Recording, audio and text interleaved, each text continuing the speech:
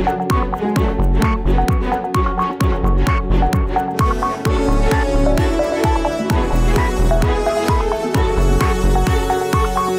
में आपको खुशामदीद कहते हैं। मैं असदुल्ला खान हूं। पाकिस्तानी मईशत को जहां बहुत सारे चैलेंजेस दरपेश हैं, वहीं पर अफगान ट्रांजिट ट्रेड जो है ये पाकिस्तान की मईशत के लिए एक बहुत बड़ा थ्रेट बन गया है। और सूरत हाल यह है कि पाकिस्तान में इस ट्रेड की वजह से एक पूरी ब्लैक मार्केट इमर्ज हो रही है। अब ये मसला है क्या और इसका हल क्या है, ये पहले तो मैं आपको ये मसला समझा देता हूँ, कुछ पॉइंट्स आपके सामने रख देता हूँ ताकि आपको सिचुएशन सारी सामने आ जाए, फिर हम जरा इस पर बात करते हैं। देखिए, अफगानिस्तान का मामला क्या है। अफगानिस्तान खुश्की से घिरा एक मुल्क है, लैंड लॉक कंट्री जिसे कहते हैं। इसे समुद्री तिजारत के लिए पाकिस्तान की मदद हासिल रही है। अफगान ट्रांजिट ट्रेड मुआहदे के तहत अफगानिस्तान पाकिस्तान के रास्ते दुनिया भर से अशिया इंपोर्ट करता है। मुआहदे के तहत अफगानिस्तान की जानिब से पाकिस्तान के रास्ते दरामद शुदा अशिया पर टैक्सेस और ड्यूटीज की छूट है। इस मुआहदे के गलत इस्तेमाल के बायस अफगानिस्तान की जानिब से इंपोर्ट करदा अरबों डॉलर्स की अशिया पाकिस्तान में फरोख्त कर दी जाती हैं, जो कि एक बहुत बड़ा मसला है। गुज़श्ता साल पाकिस्तान के रास्ते अफगानिस्तान ने 4 अरब डॉलर्स की दरामदात की, जबकि इस बरस दरामदात की मालियत 6.71 अरब यानी $7.25 अरब डॉलर्स तक पहुंच चुकी है। पाकिस्तान के रास्ते अफगानिस्तान की जिन दरामद शुदा अशिया में इजाफा हुआ है, इनमें मसनूई फाइबर, बिजली का सामान, इलेक्ट्रॉनिक्स आलात और टायर ट्यूब वगैरह शामिल है। अब ट्रांजिट ट्रेड के तहत दरामद शुदा ये अशिया या तो अफगानिस्तान पहुंचती ही नहीं है, और अगर पहुंच भी जाएं तो पाकिस्तान स्मगल होकर वापस आ जाती हैं।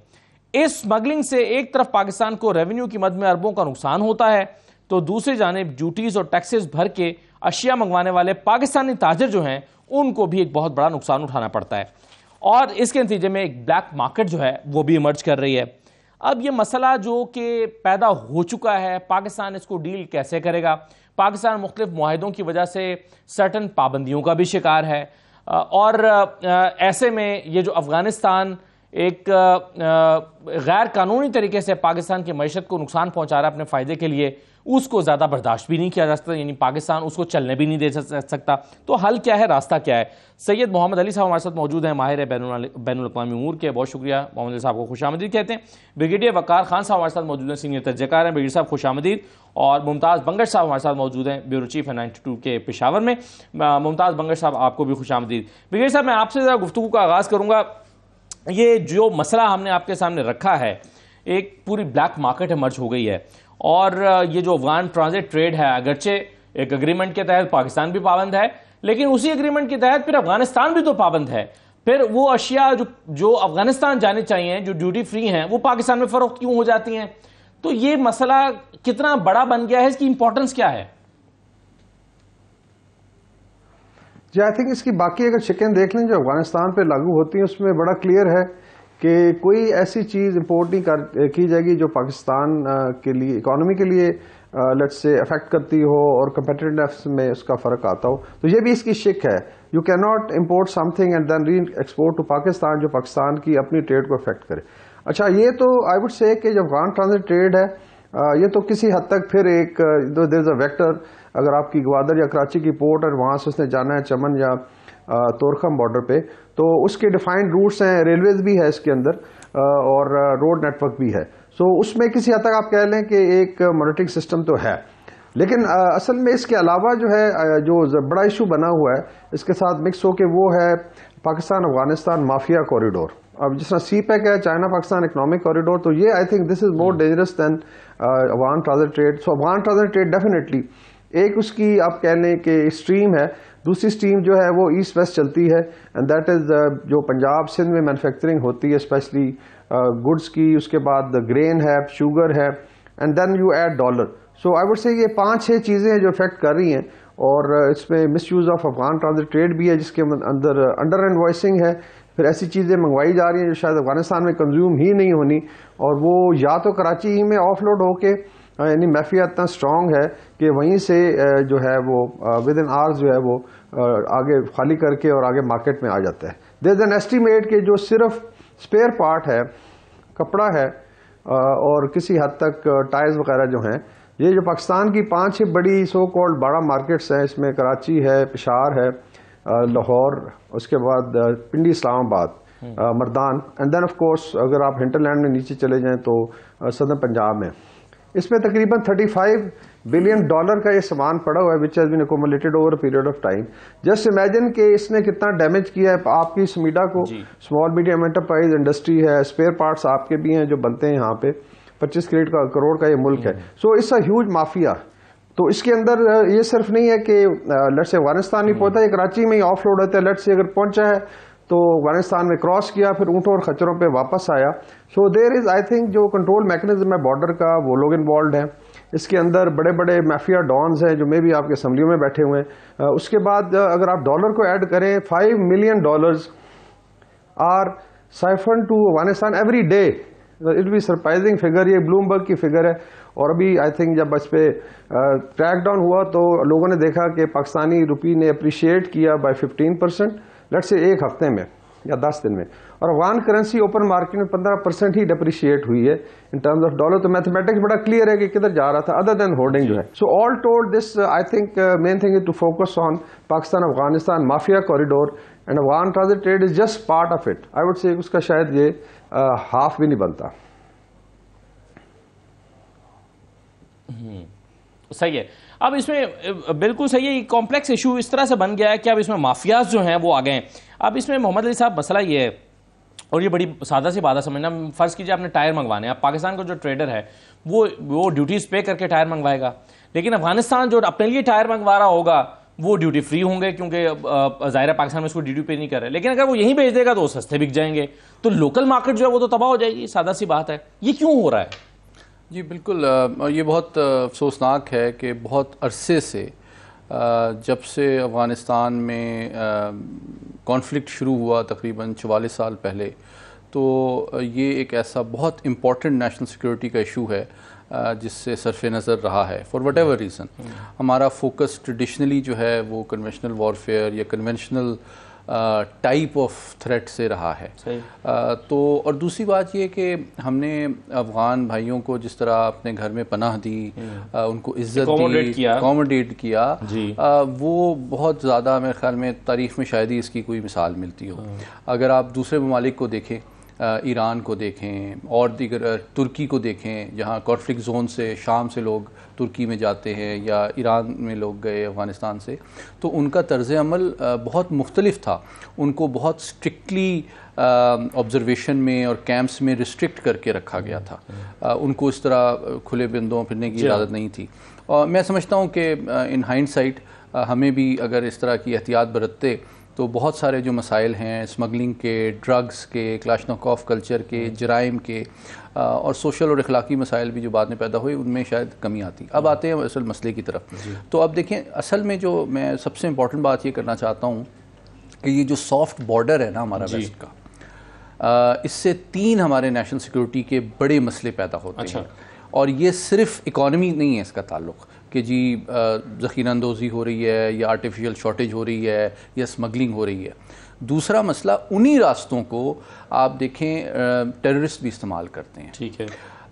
उन्हीं रास्तों को मुनशियात फ़रोश और मुनशियात की स्मगलिंग भी होती है। ठीक है। तो असल में जब आप नॉन ट्रेडिशनल सिक्योरिटी को देखते हैं तो आपके इंटरनल सिक्योरिटी को जो सबसे बड़े चैलेंजेस हैं वो आपके मगरबी बॉर्डर के सॉफ्ट होने की वजह से हैं। और आपका जो सॉफ्ट बॉर्डर से क्या मुराद है? सॉफ्ट बॉर्डर से मुराद ये है कि बदकिस्मती से जितना इफेक्टिव आपके बॉर्डर का कंट्रोल ऑब्वियसली ईस्टर्न बॉर्डर पे है, उतना बदकिस्मती से मगरिब में नहीं है। और उन्हीं रास्तों को, उन्हीं चीज़ों को दहशतगर्द भी इस्तेमाल करते हैं, स्मगलर भी इस्तेमाल करते हैं। अभी देखें ईरान से जो डीज़ल की इतनी ज़्यादा स्मगलिंग हो रही थी, इसी तरह आप देखें कि मुनशियात जो हैं। अच्छा, मैं अगर आपको UNODA की रिपोर्ट बताऊं, United nation office on drugs की, तो एक वक्त ऐसा था कि पूरी दुनिया में जो हेरोइन की प्रोडक्शन थी उसका 60 से 70% अफगानिस्तान से हो रहा था। तो बात असल ये है कि अफगानिस्तान, जिस तरह आपने अपने इब्तदाई कलमात में कहा, वो तो सराउंडेड है ना, उसके कुछ रास्ते ऐसे हैं जहाँ से वो मगरबी मार्केट्स तक वो चीज़ें पहुँचती हैं। तो ये जो ब्लैक मार्केट है पूरी दुनिया की, उसका मरकज़ है अफगानिस्तान। टेररिज्म भी एक्सपोर्ट करता है, ड्रग्स भी एक्सपोर्ट करता है, क्लाशनिकोफ और असलहा भी क्रिमिनल्स को एक्सपोर्ट करता है। ठीक है। आपको याद होगा, देखें बहुत सीनियर लोगों के प्राइम मिनिस्टर पुराने गिलानी साहब जो थे, इसी तरह तासीर साहब थे, उनके बेटे तक अगवा हुए थे। वो कहाँ से बरामद हुए थे? वो अफगानिस्तान से बरामद हुए थे। यहाँ आपकी गाड़ी चोरी होती है तो पता चलता है कि वो किसी बड़ा मार्केट से निकली है। तो ये सबूत क्या है इसका? इससे साबित ये होता है कि ये एक बहुत बड़ा एक इकोसिस्टम है। इस तरह की मार्केट्स हमारे यहाँ तो वजूद में आ गई हैं, कोई बाड़ा मार्केट, कोई बुश मार्केट, कोई नेटो मार्केट, मुख्तलिफ नामों से मार्केट चल रही हैं। लेकिन इसमें सिर्फ जो अहम बात मैं दोबारा एम्फेसाइज करना चाह रहा हूँ वो ये है कि पाकिस्तान की मईशत, मुनशियात और टेररिज्म, ये जो रूट्स ऐसे हैं, चाहे वो कंटेनर्स हों, चाहे वो ड्रग्स हों, चाहे असलहा हो, चाहे दहशतगर्दी का सामान हो, ये सब इन रास्तों को, तो इसके ऊपर क्रैक डाउन करना एक नेशनल सिक्योरिटी का बहुत इंपॉर्टेंट बिल्कुल ठीक है। नेशनल सिक्योरिटी सबसे ज्यादा इससे मुंसलिक है। आपने मसला समझा दिया, हम जरा आगे जाके इसके सोल्यूशन पे बात करेंगे। लेकिन मुमताज बंगे साहब, आप तो बिल्कुल करीब बैठे हुए हैं तुरखम के, थोड़ा आधे घंटे की मुसाफत पर, और उसका जो बराह रास्त बॉर्डर बंद होता है, खुलता है, फिर मार्केट्स, जिन ब्लैक मार्केट्स की हम बात कर रहे हैं, उनकी लोकेशंस भी उन्हीं सराउंडिंग्स में हैं, पेशावर के अतराफ में, इर्द गिर्द में। तो ये बताइए कि ये माफियाज कैसे डेवलप हो गए हैं और ये कितना बड़ा थ्रेट बन गया है पाकिस्तान की इकोनॉमी के लिए? शुक्रिया असद। असल में बात यह है कि ये जो अफगान ट्रांजिट ट्रेड वाले जो पाकिस्तान को जो नुकसान हो रहा है, ये कोई नई बात नहीं, ये बहुत पहले से हो रहा है। लेकिन अब पहली दफ़ा पाकिस्तान ने ये इनको इदराक हो गया है कि अब इस मसले से जान छुड़ानी चाहिए, क्योंकि इस वक्त जो पाकिस्तान की जो इकॉनमी है वो इस बात की इजाज़त नहीं देती कि मजीद पाकिस्तान ऐसे नुकसानात का मुतहमिल हो। अब चंद एक मुट्ठी भर ताजरों को तो इसका फ़ायदा ज़रूर होगा, वो इसके हक में बोलेंगे और वो ये कह के इसकी वो करेंगे कि ये चूँकि इंटरनेशनल ट्रीटी है उसके मुताबिक ये होना चाहिए। लेकिन इसकी आड़ में जो नुकसान हो रहा है वो इंतहाई ज़्यादा है। सिर्फ यही नहीं, बल्कि अगर आप उसके अलावा भी गौर करें तो पाकिस्तान में जो अफगान मुहाजिरीन है उसकी तादाद अब भी काफ़ी ज़्यादा है। वो लोग क्या करते हैं कि मसलन मैं एक मिसाल देता हूं, कोयला वो खरीद लेते हैं अफगान करेंसी में, उसको मुनाफा रख के पाकिस्तानी करेंसी में बेच देते हैं और फिर उसी करेंसी को डॉलर में चेंज करके वो बेच देते हैं। अब जाहिर है नुकसान तो पाकिस्तान का हुआ। अब इसकी तरफ अब तक कोई तवज्जो नहीं दी गई थी। अब जब तवज्जो दी गई तो ये मालूम हुआ कि ये चीज़ें हो रही हैं। सिर्फ यही नहीं, बहुत सारी चीज़ें हैं जो अच्छा, एक दूसरी बात जो तवज्जो तलब है वो ये है कि पाकिस्तान का जब ये अफगान ट्रांजिट ट्रेड का मुआहिदा ख़त्म हो गया था, एक्सपायर हो गया था, तो उस वक्त ये कहा गया था कि ये पाकिस्तान जो है तब उस पर साइन करे। इस मुआहिदे में इंडिया को शामिल नहीं करता तब तक हम उसको नहीं कर सकते। अब मतलब ये था कि पाकिस्तान ने इनकार कर दिया कि इंडिया से हम मतलब चीजें अफगानिस्तान से उधर चीजें चली जाती हैं, लेकिन उधर की इजाजत नहीं है। इस मुआहिदे की सिर्फ 5 और सिर्फ 55 जो है उसके साफ तौर पर इसका जिक्र है। तो काफी अर्से तक ये मसला होता रहा। फिर जब 2020 में इस बात की तरफ इस तो 2020 से पहले ये एक शर्त मुकर्रर की गई थी कि जितनी भी अफगान ट्रांजिट ट्रेड की अशिया हैं, जो गुड्स हैं, उसकी सेंटेज की जाए। काफी अर्से तक होता रहा और उसमें ये जो फंडिंग थी उसकी काफी हद तक रोकथाम हो गई थी। फिर 2020 में उस वक्त की हुकूमत ने ये जो पाबंदी थी खत्म कर दी। अब ये पाबंदी क्योंकि खैबर पख्तूनख्वा में और बलूचिस्तान में खसूसी तौर पर, क्योंकि वहाँ के जो पार्लियामेंटेरियन थे वो अफगान ट्रांजिट ट्रेड का कारोबार करते हैं, तो उनके आगे क्योंकि उन्होंने प्रेशराइज किया हुकूमत को, उस वक्त की हुकूमत को, तो उस वक्त ये खत्म हो गई। जब से संडे खत्म हो गई है तो तब से ये मसला दोबारा शुरू हो गया। अब अरबों रुपए सिर्फ इस स्मगलिंग और ये जो अशिया जो वापस आ जाती है उसकी वजह से पाकिस्तान को अरबों रुपए का नुकसान उठाना पड़ता है और वो चीजें भी उधर ले जाई जाती है जिससे अफगानिस्तान में फिर इसकी जरूरत ही नहीं है। मतलब हर किसी को मालूम है कि पाकिस्तान से अफगानिस्तान में किस किस चीज की जरूरत है और उससे अच्छा ये ट्रीटी है। इसकी ऐसी कौन सी अशिया है जो मतलब इसका मतलब है कि उसकी इंटेंशन ही ये होती है कि वो पाकिस्तान के लिए मंगवाई जाए और मंगवा के यहीं पर पाकिस्तान में बेच दी जाए, और फिर जैसे आपने बताया कि करेंसी अफगान करेंसी में ट्रेड करके वो पाकिस्तानी करेंसी में बेचते हैं, फिर उसको डॉलर में कन्वर्ट करवाते रहे हैं। अब तो खैर चैलेंज थोड़ी सख्ती हो गई। तो ये कौन सी अशिया हैं मुमताज साहब जो वो मंगवाते हैं और उनकी वहां जरूरत नहीं है? बहुत सारी अशिया है। मिसाल के तौर पर इलेक्ट्रॉनिक्स की अशिया है, इसके अलावा जो रबर, प्लास्टिक और ये जो दीगर अशिया है, इसकी वजह से सिर्फ खैबर पख्तूनख्वा में और खैबर पख्तूनख्वा की भी सिर्फ पिशावर में तकरीबन 150 से ज्यादा जो लोकल सनतें हैं वो बीमार पड़ गई हैं। अब उसकी रिवाइवल इसलिए नहीं होती, वो इसलिए उससे कुछ नहीं किया जाता कि क्योंकि वो बाद में वो उसकी सस्ती जो चीजें हैं वो इधर पहुंच जाती है वापस, तो वो सनतें वो कैसे सर्वाइव करेंगी। तो ये जो छोटी छोटी चीजें अच्छा टायर चीज है उसकी जरूरत नहीं है तो चली जाती है, वापस इधर आ जाती है। तो जहाँ तो लोकल मार्केट है तो बाहर है वो सर्वाइव तो नहीं कर सकता।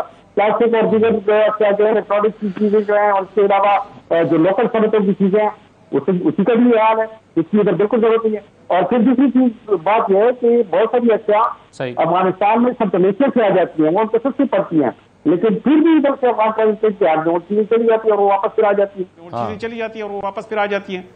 तो ये चीजें जो है इसी की वजह से जो नुकसान हो रहा है वो बहुत ज्यादा है। और फिर एक और चीज ये भी है कि ये ट्रीटी जो है ये जब एक्सपायर हो गई तो इस पे इसलिए भी दोबारा उस पर साइन नहीं हो रहे थे कि चूंकि अफगान हुकूमत जो थी वो इस हक पे नहीं थी। उनकी इंडिया से तिजारत करना उनकी क्या मजबूरी है ये तो उनको पता होगा, लेकिन पाकिस्तान की जो सूरत हाल है अब पाकिस्तान की वो सूरत हाल नहीं रही।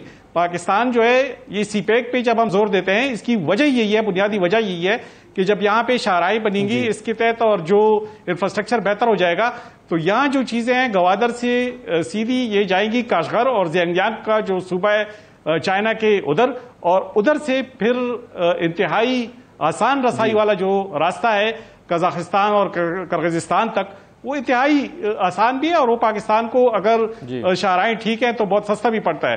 तो ऐसे तो जो अफगान ट्रांजिट ट्रेड है उसका तो पाकिस्तान से फिर कोई फायदा नहीं है। इसका अगर फायदा है तो सिर्फ और सिर्फ इंडिया में है, ये सॉरी अफगानिस्तान का है। जी बिल्कुल सही है सर, आपने बहुत सारे पहलुओं पर गुफ्तगू कर दी मुमताज साहब में, लेकिन एक चीज़ जो आपने कहा कि लोकल इंडस्ट्री हमारी तबाह हो गई है, तो ब्रिगेडियर वकार खान साहब एक चीज़ होती है कॉस्ट ऑफ डूइंग बिजनेस और एक चीज़ होती है कंपेटिटिवनेस। अब हमारे यहाँ अगर आपकी को यहाँ पर लोकल जो मैन्युफैक्चरर है उसको कंपेटिटिव प्राइस ही नहीं में वो चीज़ बना ही नहीं पा रहा और उससे सस्ती जो है वो स्मगल होकर आ जाए या उस तरीके से आ जाए जो हम पहले बात कर रहे हैं, तो ऑब्वियसली लोकल मार्केट तो बिल्कुल तबाही, लोकल इंडस्ट्री तो बिल्कुल तबाही होकर रह जाएगी जो हमने देखी है, जो असरात हमने मुरतब होते हुए देखे हैं। अब ये एक बड़ा गंभीर सा मसला बन गया है, आपके ख्याल में कैसे निपटें इससे? जी आई थिंक इसमें एक हमने माफियाज की बात की, अभी आ जाते हैं बॉर्डर कंट्रोल मैकेनिज्म इतना स्ट्रांग क्यों नहीं है। उसमें अगर आप सिर्फ डिपार्टमेंट्स गिने ना अभी हर एक चीज़ के लिए there are civil departments, like हर डिस्ट्रिक्ट में कुछ 60 सिविल डिपार्टमेंट्स हैं प्रोविंशियल और फेडरल। फिर बॉर्डर कंट्रोल के you have customs, you have frontier corps, बिल्कुल अगर part of it is involve I definitely you know they have to put their house in order. Levies है, district administration है, and then provincial government है पूरी, let's say Balochistan और KP की और जो बेस बना हुआ पंजाब और सिंध, तो यहाँ भी सूबाई हुकूमतें हैं। तो ये कोई चूचे नहीं है कि जी ये इनको पता नहीं है और ये चेक नहीं हो सकता। अगर आप देखें बाकी ममालिक में मिडिल ईस्ट भी है जहाँ फ्री मार्केट्स हैं, बट डेफिनेटली एंट्री एग्जिट पे बड़ा सख्त कंट्रोल है। It's just matter of you know controlling, organizing. अभी आपने सुना होगा जब डॉलर माफिया पे क्रैकडाउन हुआ, कुछ कस्टम हुकाम को यहाँ से भेजा गया है बड़े शहरों से कि जी आप एसी वाले कमरों से निकले जाके वहाँ पे काम करें। सो ये और देर आर चेक पोस्ट साफ ज़रा में भी देर आर सर्टन पासेज जहाँ से आप एनिमल ट्रांसपोर्ट को यूज़ कर सकते हैं, बट बाय एंड लार्ज ये ट्रांसपोर्ट होता है जिस तरह अगर ईरानी डीजल है तो वो लेट्स से पिकअप्स पे आता है। सो इट मीन्स के आंखों के सामने हो रहा है, होने दिया जाता है, नॉट रियलाइजिंग। इसके अंदर मेरे ख्याल अगर टोटल आप देख लें 300-400 बड़े मगरमच्छ होंगे जो लेट्स से प्रोडक्शन पे बैठे हुए हैं, खाद वाली माफिया है, सीमेंट है, and there are number of thing, and then those who handle जो पोर्ट पे होता है। और उसके बाद आ जाते हैं हुकाम जो बॉर्डर कंट्रोल पे हैं। अगर ये अपना काम, जिस तरह अभी बात हुई इंडिया पाकिस्तान बॉर्डर की, जहाँ पे उस साइड पे रेंजर्स हैं या कस्टम्स हैं, क्रॉसिंग पॉइंट्स हैं, यहाँ पे काफ़ी कम है, आई वुड से स्मगलिंग स्टिल होती है। सो इसको थोड़ा सा अगर आपने देखा है बेहतर किया तो बहुत सारी चीज़ें अभी अनअर्थ हो रही हैं।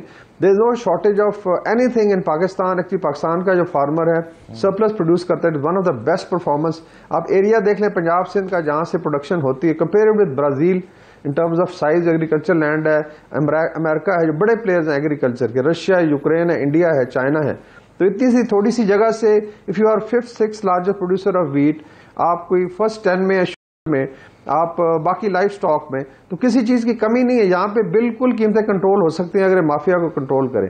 सो दैट्स व्हाई आई एम्फसाइज के Afghan transit trade is just one part of यार एक स्टीम है, but otherwise there is a huge steam जो विद इन पाकिस्तान कैंसर की तरह फैली हुई है।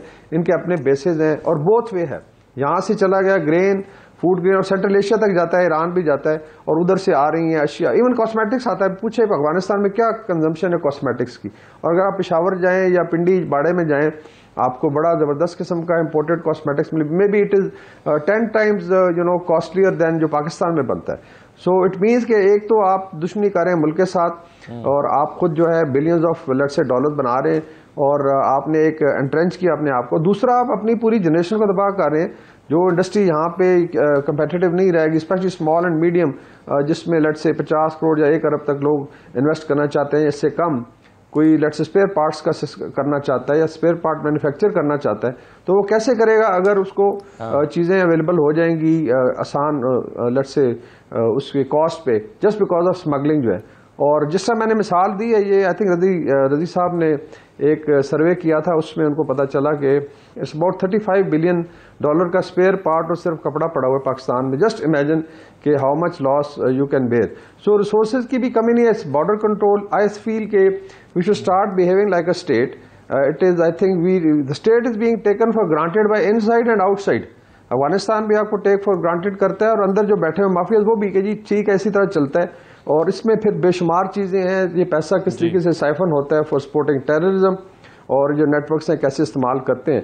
So start behaving like a state and I think 1 साल आप ये करें कंट्रोल, बहुत ज़्यादा बेहतर हो जाएंगी चीज़ें और आपके डॉलर्स भी बचेंगे और मे भी आपकी इंडस्ट्री भी चल पड़ेगी।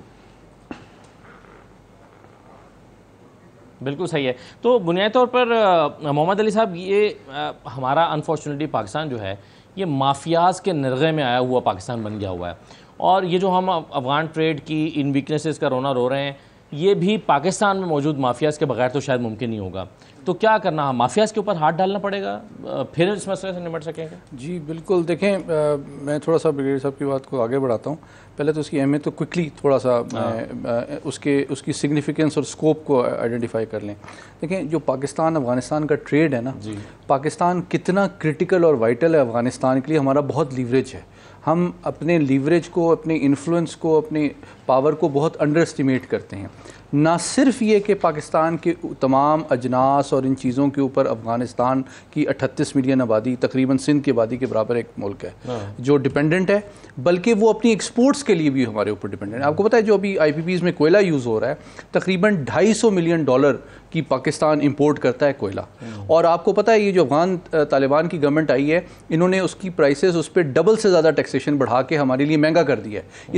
इस वक्त right now Pakistan is exploring options from Africa and Indonesia. हमें 40,000 रुपये टन पड़ता है अफगानी कोयला, और 35,000 रुपये का टन हमें कोयला साउथ अफ्रीका और इंडोनेशिया से आता है। फिर यहाँ से ट्रेन, तो हम कौन सा, तो वो हमारे ऊपर कोई आसान नहीं कर रहे हैं। पहली बात तो ये समझने की ज़रूरत है, भाईचारे का हमने बहुत ज़्यादा, बहुत उसकी वजह से हम बेवकूफ़ बने हैं। दूसरी बात, देखिए, इस ट्रांजिट ट्रेड का सबसे बड़ा नुकसान जो है वो हमारे स्मॉल स्केल इंडस्ट्री को और मैन्युफैक्चरर को बहुत ज़्यादा पहुंच रहा है। हम अफ़गानियों के लिए, मुझे सीधी बात करने दें, अफ़गानियों को हम इलीगल जो उनका ट्रेड है और स्मगलिंग है उसको टॉलरेट और ऑब्लाइज करने के लिए अपने सनतकार को हम नुकसान पहुंचा रहे हैं। ज़रा इसका इदराक करें कितनी बड़ी बात मैंने की है।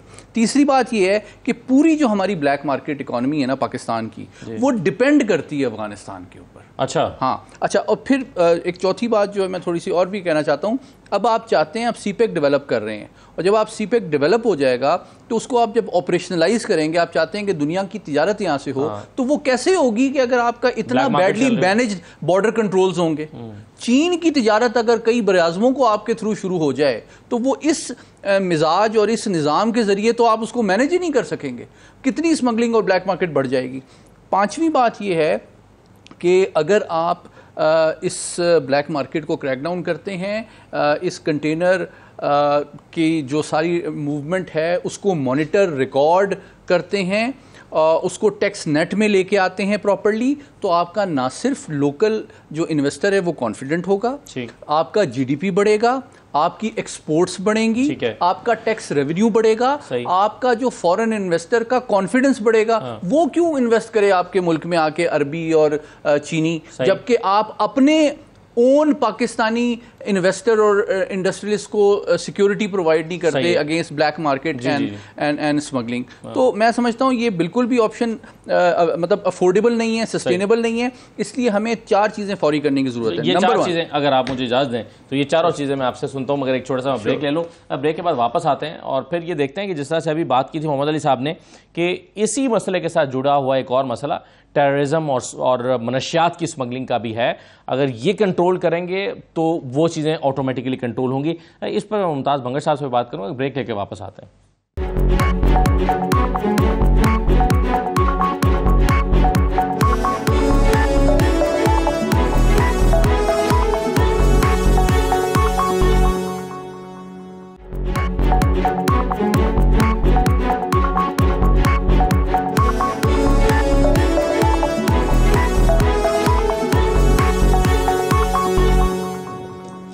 ब्रेक के बाद आपको दोबारा खुशामदीद कहते हैं। मैं मुमताज़ साहब आपके पास आता हूँ, लेकिन ब्रिगेडियर साहब से ज़रा मैं एक पॉइंट ले लूँ, फिर आपकी राय इस पे लेता हूँ। ब्रिगेडियर साहब ये बताइए कि ये जो अभी हम अफगान ट्रांजिट ट्रेड की इलीगल प्रैक्टिसेस की बात कर रहे हैं बुनियादी तौर पे, क्योंकि वैसे तो शायद अग्रीमेंट के मुताबिक अगर चल रहा होता तो इसमें कोई बुरी बात ना होती, लेकिन उसमें इलीगल प्रैक्टिसेस उस पर हावी हो चुकी हैं।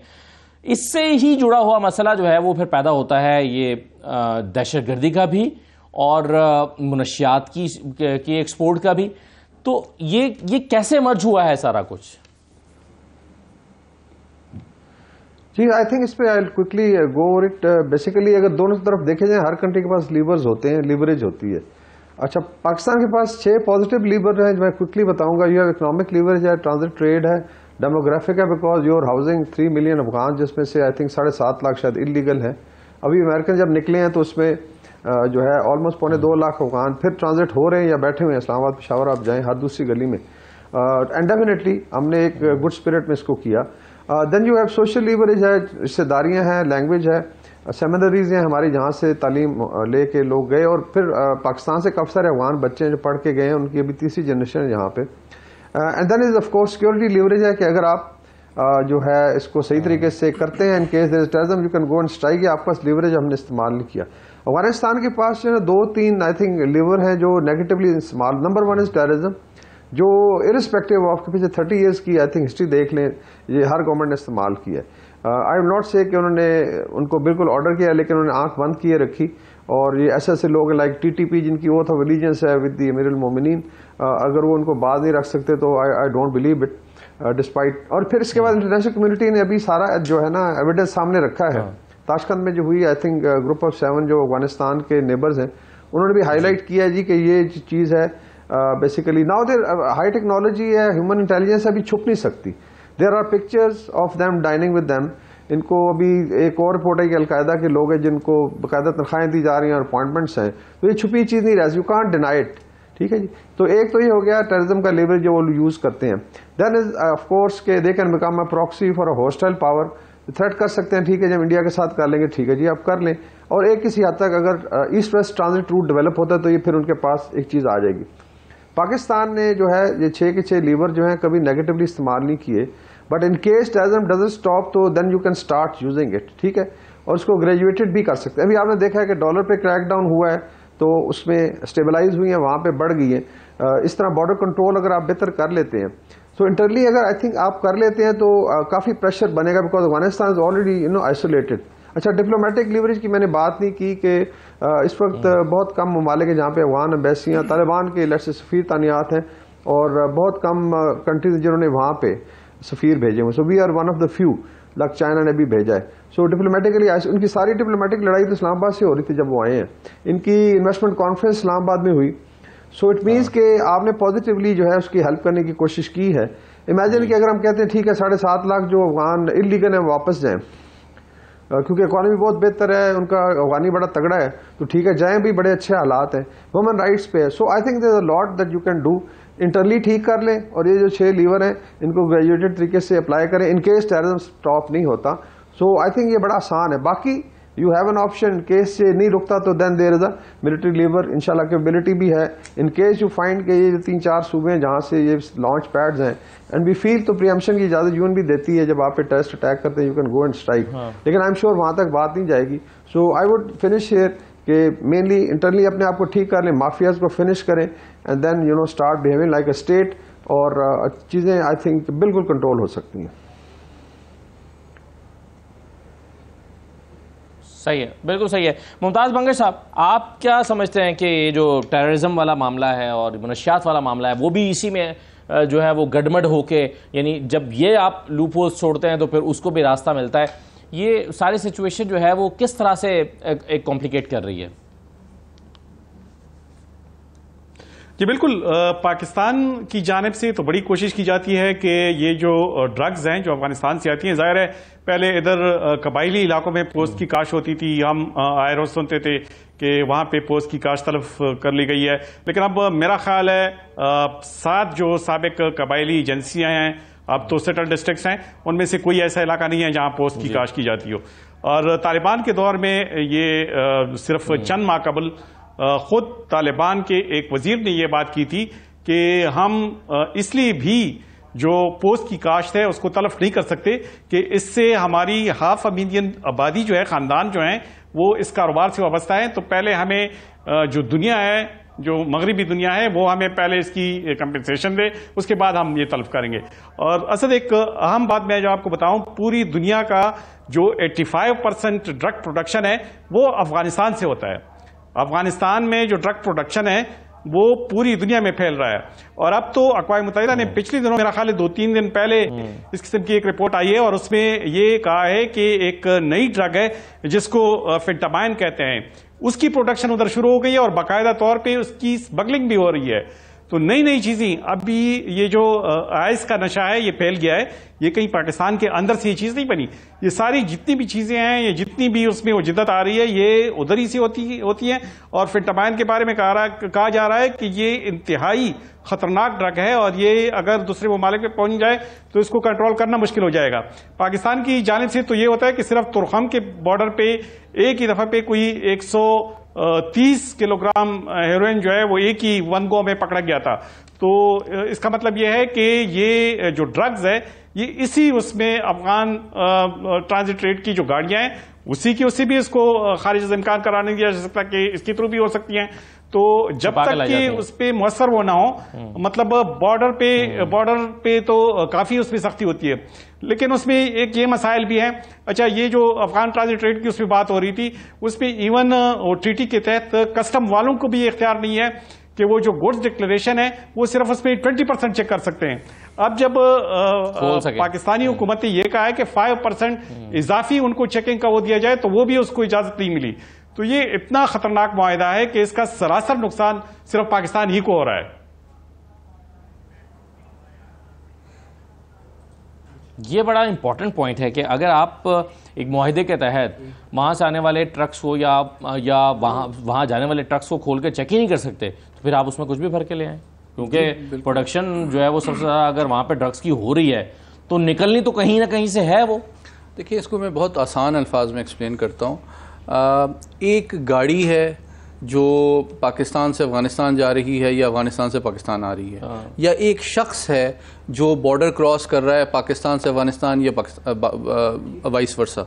अब अगर वो ड्रग्स कैरी करता है अपने जिस्म के अंदर, या एम्यूनिशन कैरी करता है, या आईईडी कैरी करता है, या सुसाइड जैकेट कैरी करता है, या मुनशियात कैरी करता है, वो तो कुछ भी कैरी, या डॉलर कैरी करता है। द पॉइंट इज कि गाड़ी और इंसान जो है, हर इंसान और हर गाड़ी को चेक नहीं किया जा रहा है। It's as simple as that. ये कोई रॉकेट साइंस नहीं है। तो आपने, जिस तरह ब्रिगेड साहब ने भी कहा, आपकी बहुत सारे इदारे हैं, एफसी है, लेवीज है, कस्टम्स है, FIA है। तो देखें, जो मिजाज और तर्ज अमल आपका, और कितनी स्ट्रिंजेंट चेकिंग होती है। आप एयरपोर्ट में जाएं, ठीक है, आप नेवल पोर्ट में जाएं, तो ये मतलब नेचर ऑफ थ्रेट तो वही है। आप जहाज में मनशियात पकड़ी जाती है तो इतनी बड़ी खबर लगती है, तो अगर बॉर्डर पे पकड़ी जाती है तो क्यों खबर नहीं लगती? वो कोई कम थ्रेट है। तो बुनियादी बात यह है कि जैसा ब्रिगेड साहब ने कहा, मैं उससे कंप्लीटली एग्री करता हूँ कि आपको एक रिस्पॉन्सिबल नॉर्मल स्टेट के तौर पे अगर बिहेव करना है और अपने आप को डेवलप करना है और अपने आप को सिक्योर करना है, तो उसके लिए ज़रूरी है कि आपका जो तर्ज अमल है, मूवमेंट ऑफ इंसान एंड कमोडिटीज़, वो कंसिस्टेंट भी हो, ट्रांसपेरेंट भी हो, अकाउंटेबल भी हो और कंप्रीहेंसिव और फूल प्रूफ हो तमाम लैंड, एयर, सी के एंट्री और एग्जिट पॉइंट्स पे। ये इससे क्या फर्क पड़ता है कि इंसान पैदल जा रहा है या जहाज में जा रहा है या गाड़ी में जा रहा है या वो तो ट्रैवल कर रहा है, वो ट्रैवल कर रहा है। तो अगर आपके पास ये लूप होल्स हैं जिसको ब्लैक इकोनॉमी, जिसको स्मगलर, टेररिस्ट, ज़ख़ीरा अंदोज, स्मगलर्स ये सब इस्तेमाल कर रहे हैं, तो उनको आपको प्लग करना है। ये कोई रॉकेट साइंस नहीं है। मैं क्विकली 4 तजावीज़ आपके सामने ये रखना चाहता हूँ आपकी तवासुत से।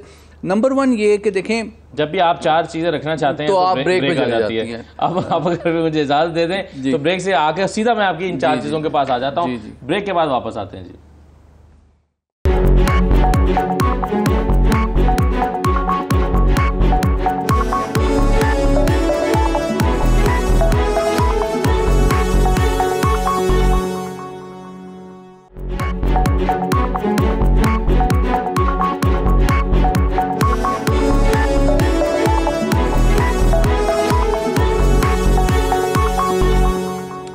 ब्रेक के बाद दोबारा खुशामदीद कहते हैं। सैयद मोहम्मद अली साहब, आप 4 तजावीज़ शायद देना चाहते हैं, जरा जी नहीं, आपने जो मुझे ब्रेक का टाइम दिया तो मैं 6 तजावीज़। अच्छा, 2 ब्रेक में बढ़ती हैं। देखिए, सबसे इंपॉर्टेंट बात यह है कि आपके जो सरकारी इदारे जिनकी ये जिम्मेदारी है कानूनी आइनी कि वो बॉर्डर को सिक्योर करें, मैनेज करें, कंट्रोल करें, वहाँ पे आई थिंक जो अफराद रिस्पॉन्सिबल हैं और वो पहलू तही कर रही हैं अपनी जिम्मेदारी से, उनकी अकाउंटेबिलिटी सबसे इंपॉर्टेंट चीज़ है।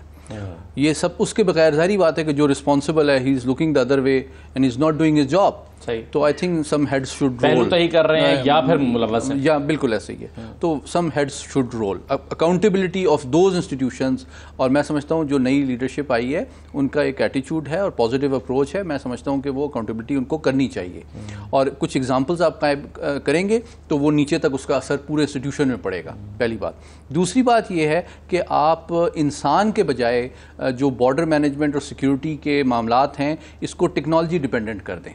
जहाँ पे आप इंसान के एलिमेंट को निकालेंगे तो करप्शन भी कम हो जाएगी।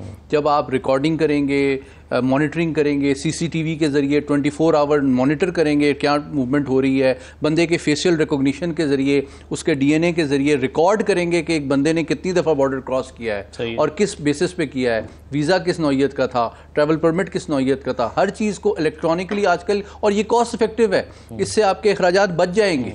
जो एक बंदे को आप तनख्वाह देते हैं, पेंशन देते हैं, स्मार्ट सोल्यूशन होगा, उसमें से करप्शन भी नहीं, टेक्नोलॉजी सोल्यूशन हो जाएगा।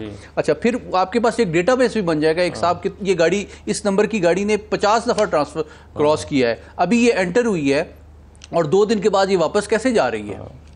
ये तमाम मामलात हैं। अच्छा, फिर तीसरी बात जो है वो बहुत इंपॉर्टेंट है कि आप इंसेंटिवाइज भी करें करप्शन की क्रैकडाउन को, थोड़ा सा इंसेंटिवाइज भी करें, पनिशमेंट का डेटरेंस भी क्रिएट करें और साथ में इंसेंटिव, जो पकड़े बड़ा स्कूप करे, बड़ी चीज़ों को पकड़े, उनको आप इनाम दें 1 मिलियन या जो भी मुनासिब हो सकता है, ताकि वो एक सक्सेसफुल, उसको इंसेंटिव भी मिले। चौथी बात यह कि लैंड, एयर, सी जो तमाम एंट्री और एग्जिट पॉइंट्स हैं उस पे आपका बिहेवियर और आपका मैकेनिज्म कंसिस्टेंट और एक जैसा होना चाहिए। उसमें क्यों तफरीक नहीं होनी चाहिए। और आखिरी बात जो है, जो प्राइम मिनिस्टर साहब ने भी की, मैं उसको चाहता हूं कि उसको एक्सेलरेट किया जाए कि अफगानियों को हमने 44 साल जो उनकी मेहमान नवाजी की है, अब मेरे ख्याल में वक्त आ गया है कि हम तवक्को करें कि वो अपने घरों को जाएं और आबाद करें प्रैक्टिकली।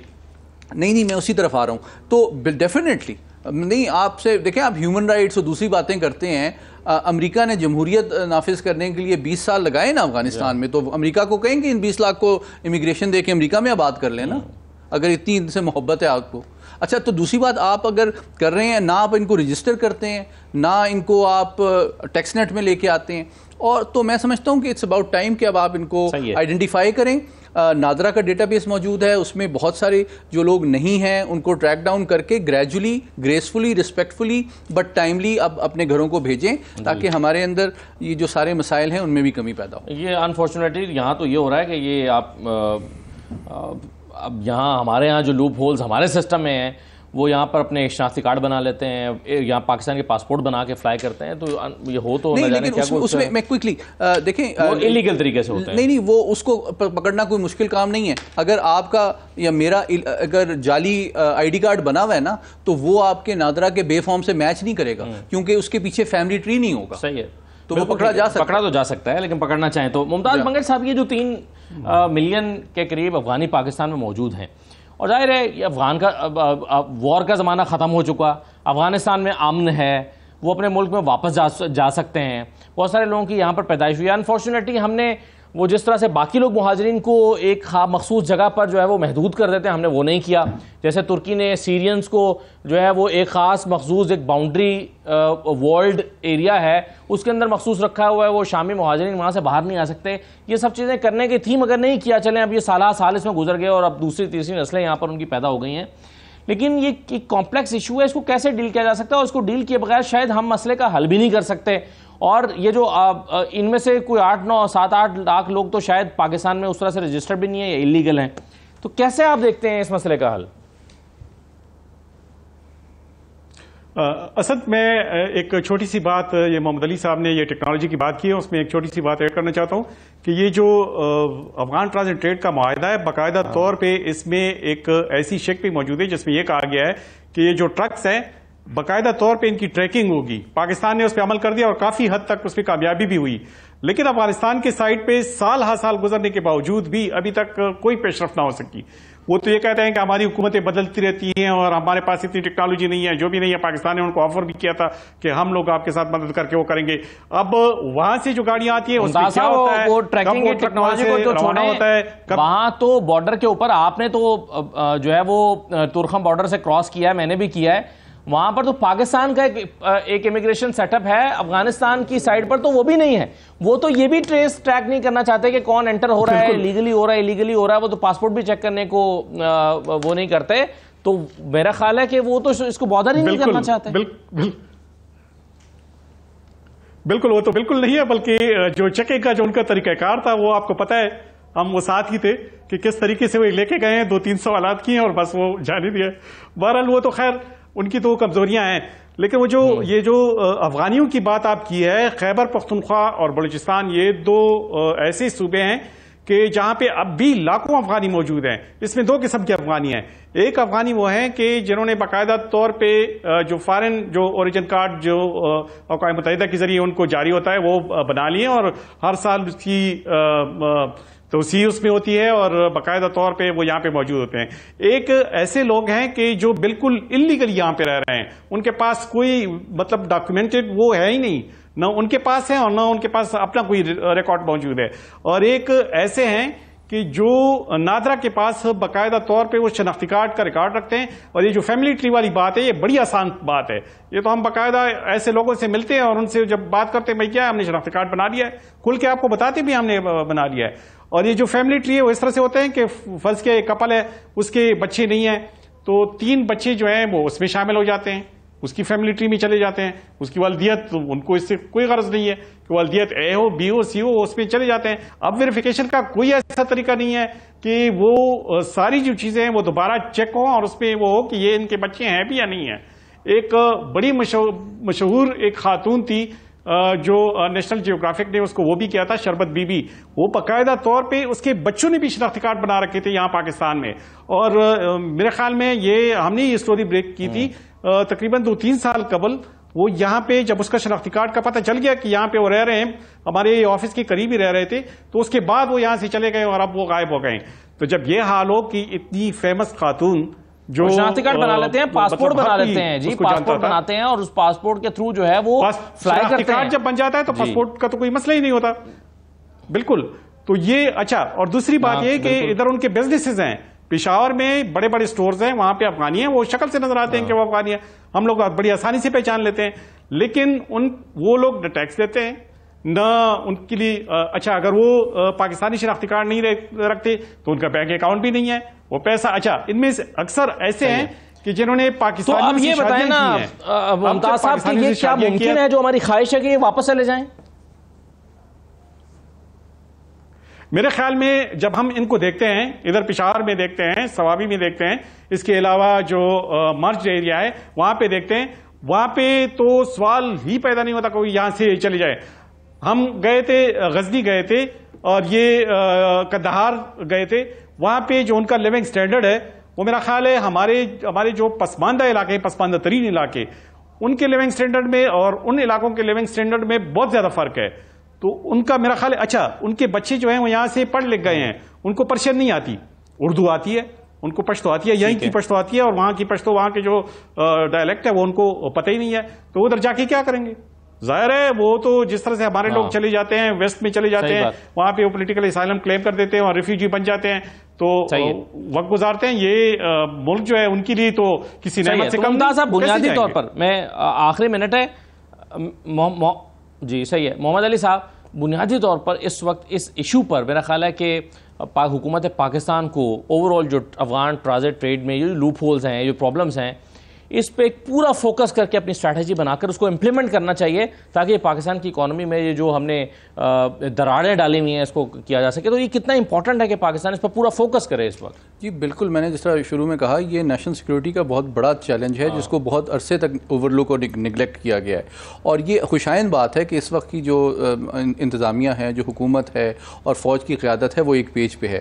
तो इसको डिसाइसिवली एक इन तमाम इदारों के रिफॉर्म की तरफ भी लेके जाना चाहिए, एक कोऑर्डिनेटेड अप्रोच होनी चाहिए और डिसाइसिव होनी चाहिए और स्ट्रक्चरल रिफॉर्म भी होना चाहिए, ताकि ये सिर्फ वंस इन अ वाइल ना हो, बल्कि ये सस्टेनेबल सिस्टम ही आप इम्प्रूव कर दें, ताकि जब तक वो लूप होल्स को आप सिस्टमिक लेवल पे ख़त्म नहीं करेंगे, ये आज आप कर रहे हैं तो कल को वो फिर एक्सप्लॉइट कर लेंगे। इसलिए बहुत ज़रूरी है ताकि हम अपने ताजिर को भी बचा सकें, अपने नेशनल सिक्योरिटी को भी बचा सकें, दहशतगर्दी का भी खात्मा कर सकें और अपने सरमाए और सैयद मोहम्मद अली साहब, मुमताज़ बंगश साहब, आपको भी शुक्रिया, ब्रिगेडियर वकार साहब भी हमारे साथ प्रोग्राम में शरीक रहे हैं। तमाम मेहमानों का शुक्रिया, इजाज़त दीजिए, अल्लाह हाफ़िज़।